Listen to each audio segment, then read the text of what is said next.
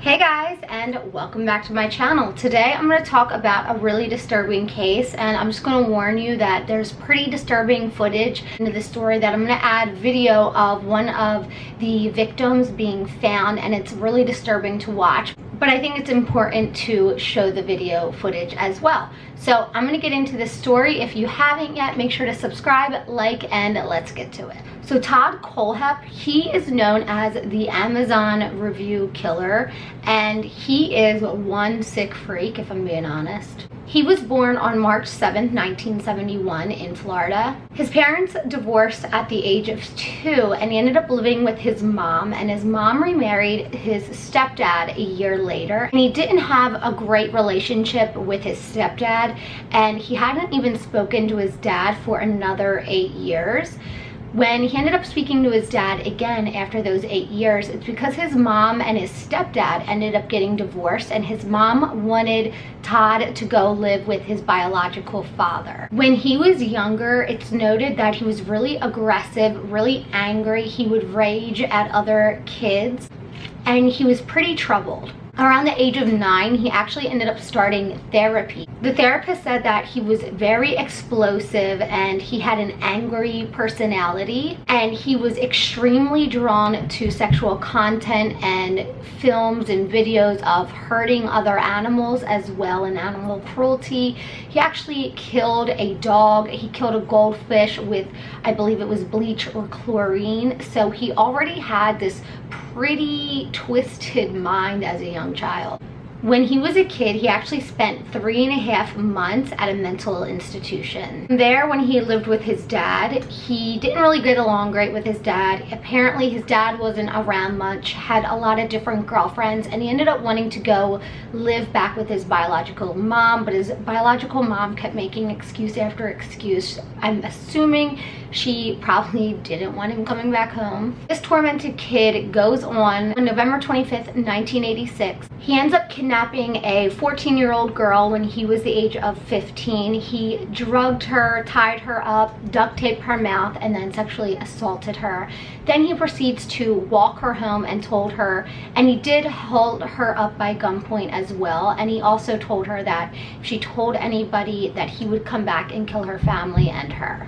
In 1997, he was ended up charged with kidnapping and assault and endangerment of a child, and he was given 15 years in prison, and he ended up serving 14 of those years. He also had to register as a sex offender. He ended up becoming diagnosed with bipolar disorder, and he actually had a higher than average IQ of 180. In August of 2001, he ended up becoming released from prison, and he went on to get a real estate license. And during the application, he lied and said that he wasn't a registered sex offender, and that's how he ended up making his own business. And he actually had his own agency with at least 12 agents that were working with him. During this time, he ended up getting his pilot's license as well, and then he ended up buying a bunch of different properties, some that were in his state of South Carolina, because when he moved out of prison to the real world, he ended up going to South Carolina where his mom was. So like I said, he ended up buying a bunch of different properties. In May 2014, he ended up buying over 100 miles of land. The lady, interestingly, who sold him this land says that all he would talk about is his guns. He would sometimes make like really weird sexual innuendos, and people who worked with him as well said that he was pretty rude.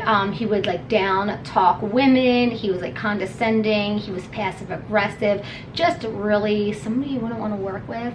I think we all know that type. What's really crazy too is that he would often go to a Waffle House, and he would always have the same waitress, and the way he would order and talk to her and his behavior started to really freak her out. And then one of the male cooks ended up to start taking his order so she didn't have to be around him. Sadly, this woman, Megan, became one of his victims.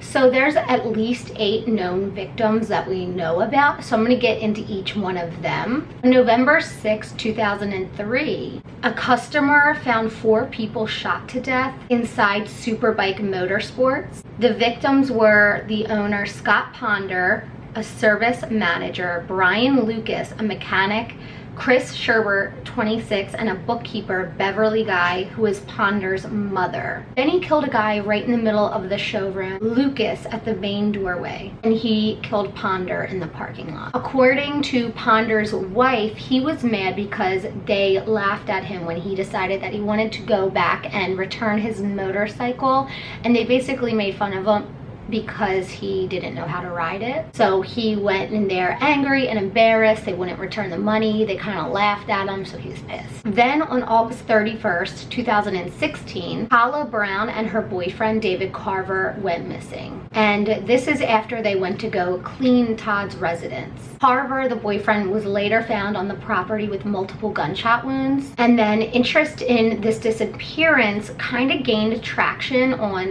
Facebook, because following Carver's disappearance, there was a lot of activity on Facebook, and it didn't seem to be Carver. It seemed like it was being run by somebody else.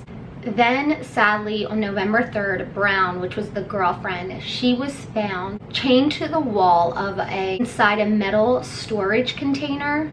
Investigators tracked her down after they traced the couple's cell phones, which when they went there, they started hearing banging noises.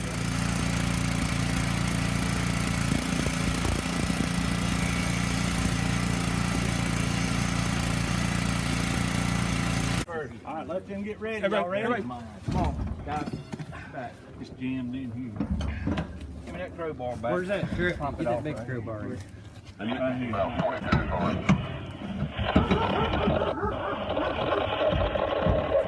Oh, John, put it out here.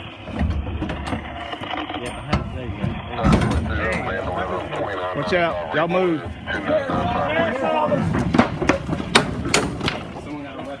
I got it. Watch out, boss. Back up. Hey, Joey. Sheriff's officer. Sheriff's officer. What? Grab that. Back up there. Just one. Are you okay? Grab what? Go. Do you have any weapons? Coming through, okay? What's your name? What's your name, man? Right here. Lauren. Okay. All right. Just a girl. Just a girl. How are you, honey? We're bolt cutters. This is our best. He's a paramedic. Sweetheart. Oh yeah. Okay, we're gonna get you out of there. Okay. Just hang loose for me. Anybody got? I need a handcuff key. Handcuff key. I got it right here. Hold up. Y'all slide back. Hold on. He's got a light. We gotta let you take photographs. Randy, let me see your light, Randy. You can put your hands down, sweetheart. You're okay. We're here. Okay. Yes, sir. Just sit back for me. Light on or off? Get fine.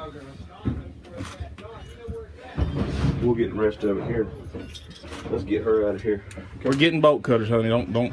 You got pictures of the cuffs? No, hold on. Bolt cutters. It's both feet. Just one. Let me It's see. attached to a chain from Okay. the wall, Okay. and my neck's attached to the wall up here. Okay. All right. We're gonna get you out, sweetheart. Okay. You got a handcuff here. I got one's in my car. One's under my car. Gloves on when I did that. No big deal. Bolt cutter. No big deal. Just hit the chain right there, loose. Hold it up. Just right there at her hand, Brandon. We'll get it off. We'll get it off here. Cut it right here.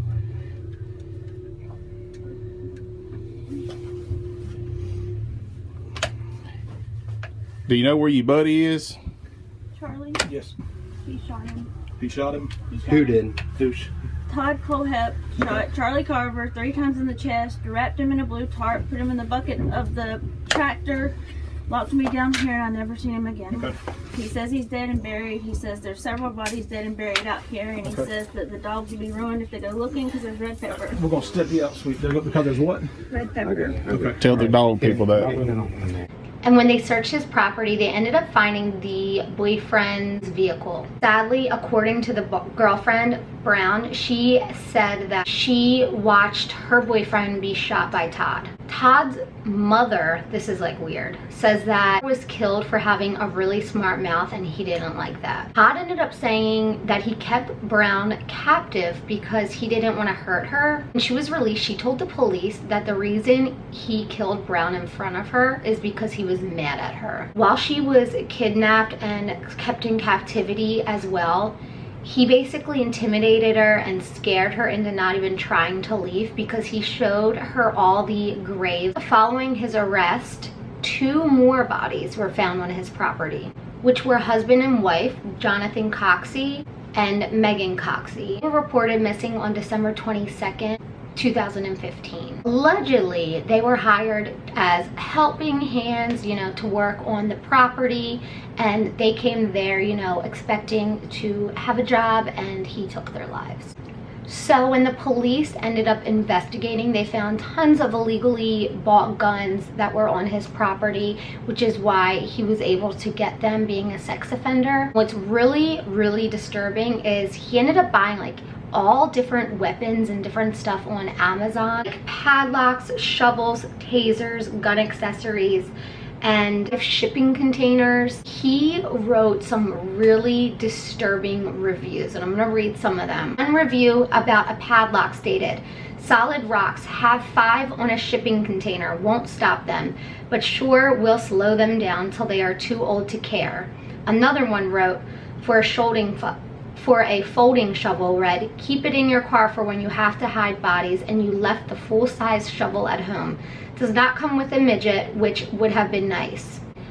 And after he was arrested, he allegedly told his mother that there's way more other bodies. When his mom asked how many, he said, "You do not have enough fingers to count." He also ended up saying that he has more victims that haven't been discovered. Then on May 26, 2017, Todd pleaded guilty to 7 counts of murder, 2 counts of kidnapping, and 1 count of criminal sexual assault, and was sentenced to 7 consecutive life sentences without the possibility of parole, in a plea bargain that ended up sparing him his life from capital punishment. I remember hearing about this case when it came out, and it's just so disturbing, and the fact that he writes these reviews and finds it amusing and funny is just so sickening and disturbing. It's fucking evil. It's just gross. I really don't even have many words to say. I can't believe somebody would do this and get away with it for so long. The fact that he was able to get his real estate license when he's a sex offender, it just shows you that, you know, something is seriously wrong with the system. But I hope you guys like this video. Stay safe. I love you so much, and I'll see you soon.